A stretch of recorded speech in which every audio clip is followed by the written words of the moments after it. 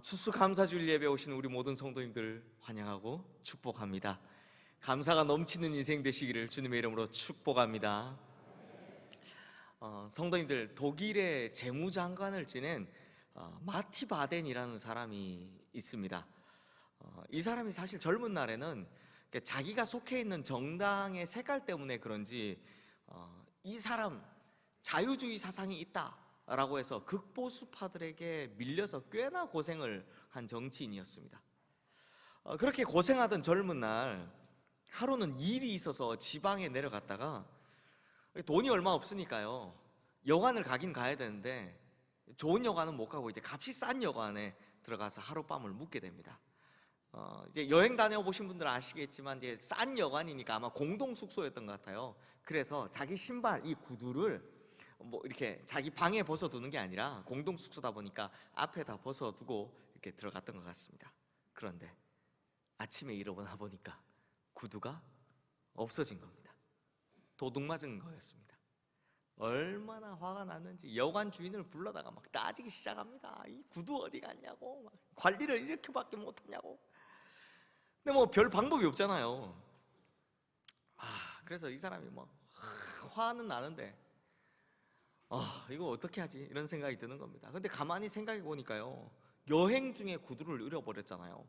집에서 구두를 잃어버렸으면 뭐 예비용 구두라도 다른 거 신으면 되는데 여행 중에 구두를 잃어버렸으니까 구두를 새로 사긴 사야 하고, 근데 구두를 사려고 보니까 돈은 없고, 그래서 좀 참다가 가만히 생각해 보니까 더 짜증이 나는 겁니다. 그래서 더 화가 밀어치는 거죠. 그래서 대체 어느 놈이 내 신발 훔쳐갔냐고 막 성질을 내다가 욕을 하다가 무심결에 이런 말을 합니다. 에이, 하나님도 무심하시지, 나같이 가난한 사람 신발을 훔쳐가게 하다니 라면서 아무 관련도 없는 하나님을 향해서 이제 불평을 쏟아내기 시작하죠. 그런데 이 불평 가만히 듣고 있던 이 여관 주인이 안 되겠다 싶었는지 이 사람을 불러다 자기 구두를 내어줍니다. 자기가 신던 구두를 내어주면서 뭐라고 하느냐, 이 구두 공짜로 줄 테니까 오늘 교회 같이 갑시다, 이렇게 이야기를 하더랍니다. 근데 그날이 마침 주일이었거든요. 그래서 이 마티가요, 구두 한 켤레 공짜로 얻을 수 있다라는 생각 때문에, 돈이 없잖아요. 구두 한 켤레가 어딥니까? 이 구두 한 켤레 얻을 수 있다는 생각 때문에 교회로 쉽게 말해 끌려가게 됩니다.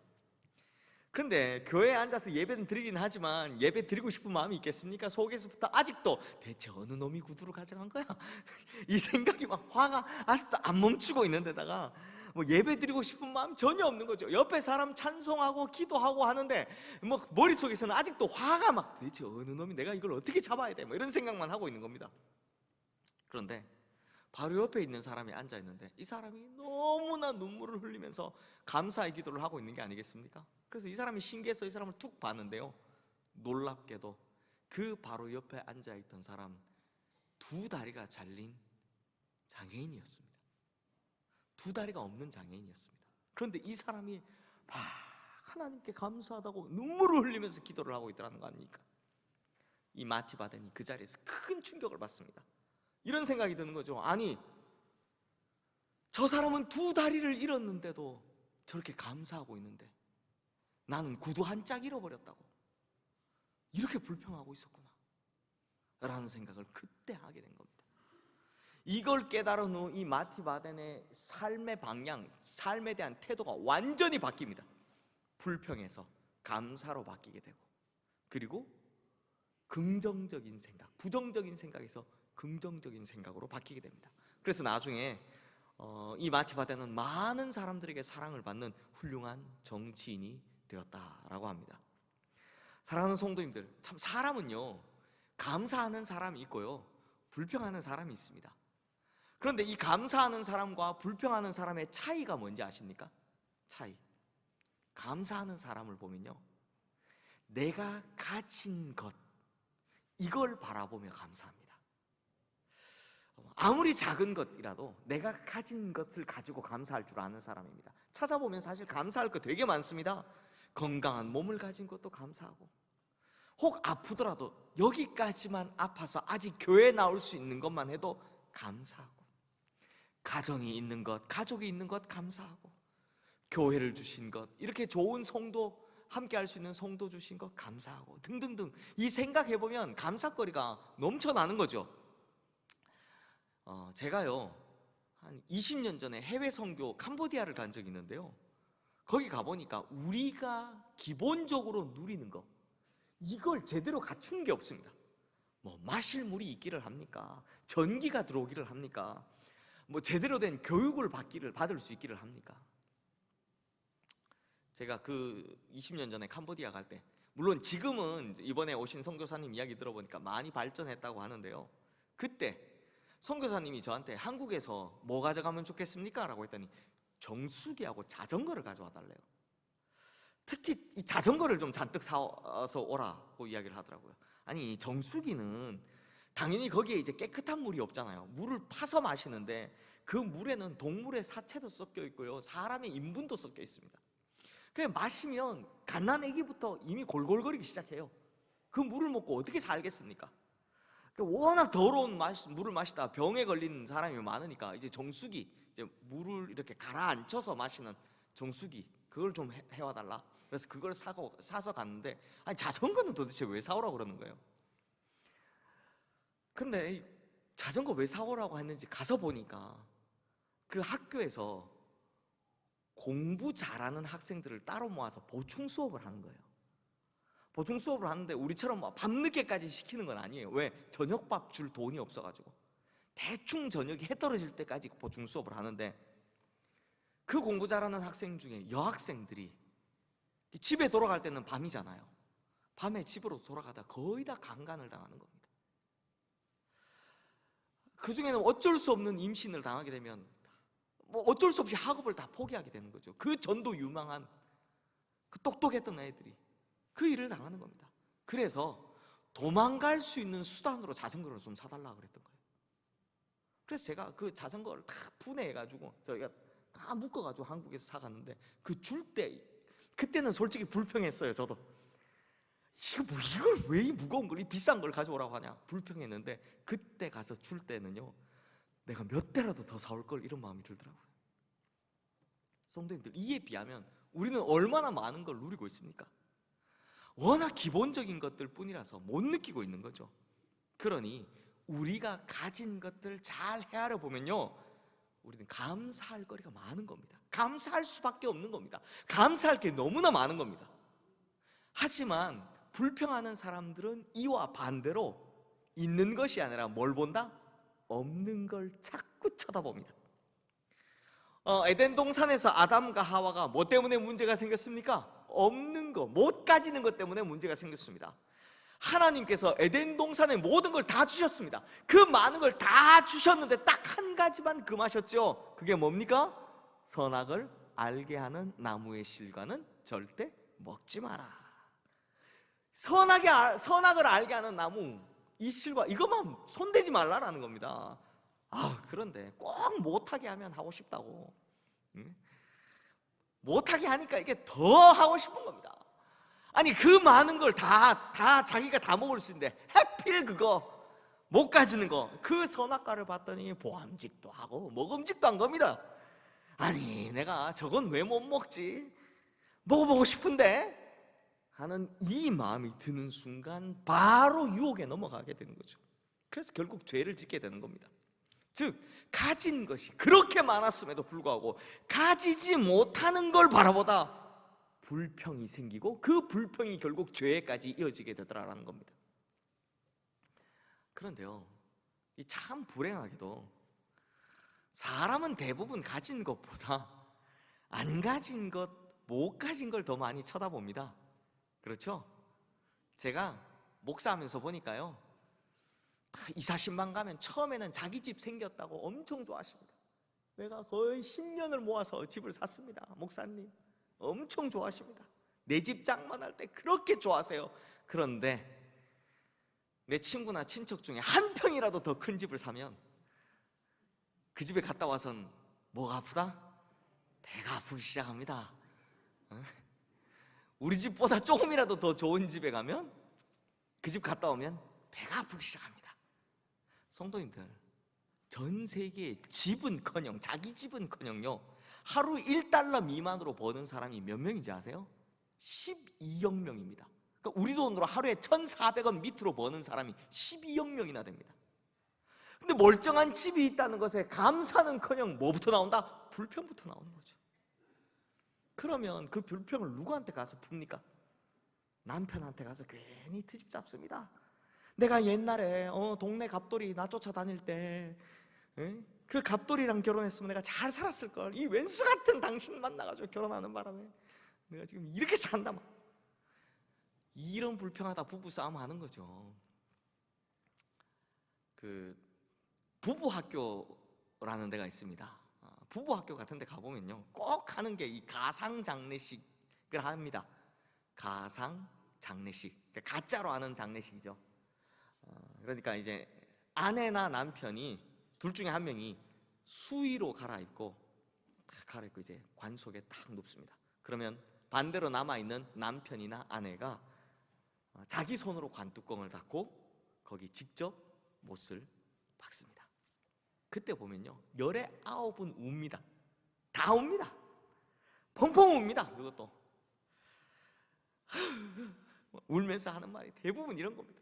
나 같은 사람 만나서 고생만 하다 가는구나. 아이고 내가 더 잘해줄 걸 미안해서 어쩌나. 앞에 건 남편들, 뒤에 건 보통 아내들. 내가 이 사람 없이 이제 어떻게 사나. 이런 생각을 하니 이제 눈물이 비 오듯 쏟아지는 거죠. 그러면 대부분 목사님들께서 그때 하시는 설교가 이런 겁니다. 있을 때 잘해. 있을 때 잘해. 왜요? 있을 땐 감사한 줄 몰랐다가 없다고 생각하니 그렇게 후회가 되는 겁니다. 이래서 참 안타깝게도 사람들은 대개 있을 때는 감사를 할 줄 모르고요 있을 땐 잘 할 줄을 모릅니다. 그게 없어져 보면 그때야 아는 거죠. 그러니 성도님들 미리 감사하면 얼마나 좋습니까? 그리고 성도님들 불평도 습관이고 감사도 습관이라는 거 아십니까?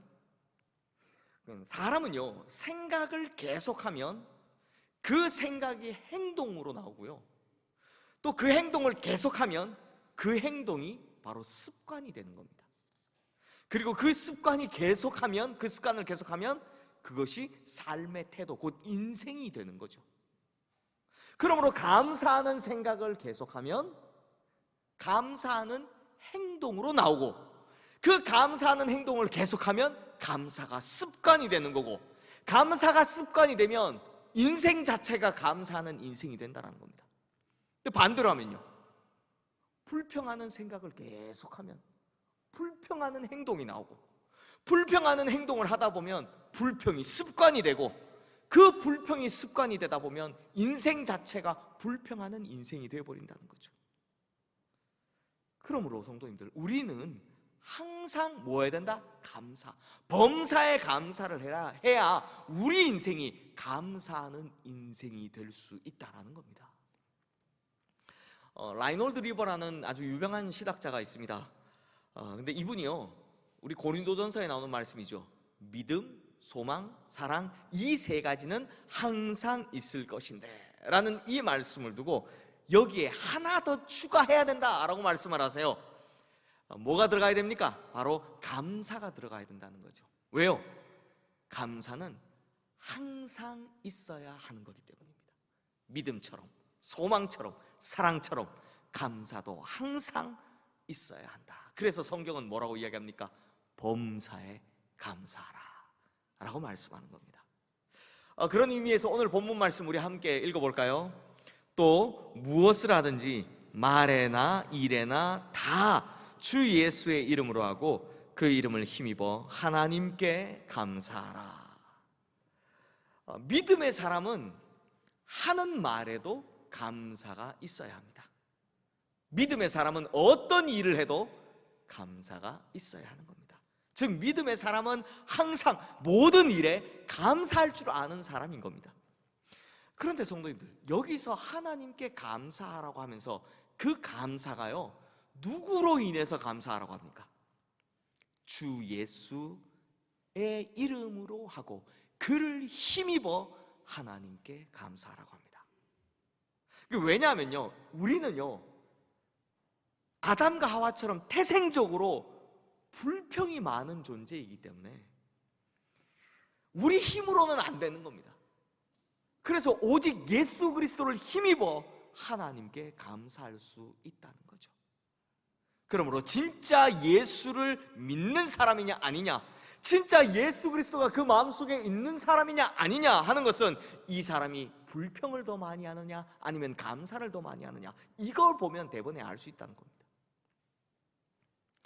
사랑하는 성도님들, 우리 안에 예수 그리스도가 없으면 우리는요 아담과 하와처럼 불평하다, 죄짓고 죄짓다 결국 지옥에 갈 인생으로 떨어질 뿐입니다. 하지만 나를 구원하신 예수 그리스도가 진짜 내 안에 계시면 우리는 이 땅에서부터 하나님께 감사하고 찬양하며 살아가다 저 천국에 가서도 영원히 하나님께 감사하고 찬양하게 되는 겁니다. 그러므로 우리 성도님들, 감사는 습관이다.